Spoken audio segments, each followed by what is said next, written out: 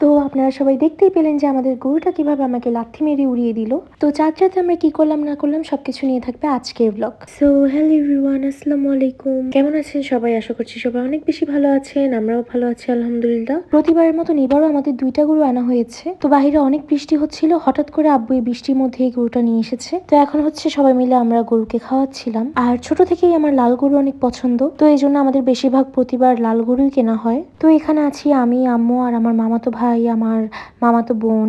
By the way, আমরা তো আমাদের গরু দেখে অনেক বেশি খুশি হয়ে গিয়েছিলাম, কারণ আমাদের গরু আরো 3-4 দিন আগেই কেনা শেষ। আর এই 12তলা বিল্ডিং এর সবার প্রথম আমরাই গরু কিনেছি, তো এই জন্য তো আমি অনেক হ্যাপি ছিলাম যে সবার আগে আমাদের গরু কেনা শেষ। তো এখনো হচ্ছে গরুকে খাওয়ানোর জন্য তেমন কিছু আনা হয়নি, এগুলো আনার জন্য লোক পাঠানো হয়েছে। গরুকে তো এখন অনেক কিছু খাওয়াতে হবে। আর এটা হচ্ছে আমাদের আরেকটা গরু, আর আমাদের দুইটা গরুই আমার অনেক পছন্দ হয়েছে। কোরবানির ঈদের আনন্দটাই আসলে অন্যরকম। আনন্দ যেমন হয়, কষ্টও কিন্তু লাগে। যখন চাঁদ রাতে দেখি সব গরুগুলো কান্না করছে, তখন আমার কেন জানি না অনেক খারাপ লাগে। গরুগুলোর দিকে তাকালেই অনেক মায়া লাগে, কিন্তু কি আর করার, এটাই হচ্ছে কোরবানির ঈদের একটা আনন্দ। ছোটবেলা থেকেই কোরবানির ঈদে আব্বু আর ভাইয়া যখন নামাজে যেত, আম্মু তখনই আমাকে ঘুম থেকে উঠিয়ে দিত। ঘুম থেকে উঠিয়ে শাওয়ার নিয়ে সুন্দর করে সাজুগুজু করে দিত। এরপর ভাইয়া আর আব্বু মসজিদ থেকে আসলে ওদের সাথে আমিও যেতাম গরু কাটা দেখতে। এখন মনে হয় কেন যে বড় হয়ে গেলাম। ছোটবেলার দিনগুলো কতই না সুন্দর ছিল। তো কথা বলতে বলতে আমার ফুচকা খেতে ইচ্ছে করলো, তো আমার আব্বু বললো যে চলো তোমাকে ফুচকা খাওয়াই আনি। আব্বু আমাকে অলওয়েজ সাডেনলি এভাবে ঘুরতে নিয়ে যায়। তো এই তো বাবা মেয়ে বের হয়ে গেলাম। দেন আব্বু আমাকে নিয়ে গেল উত্তর আড্ডা ফুড জোনে। আর এখানে ফুচকাটা আমার অনেক ভালো লাগে।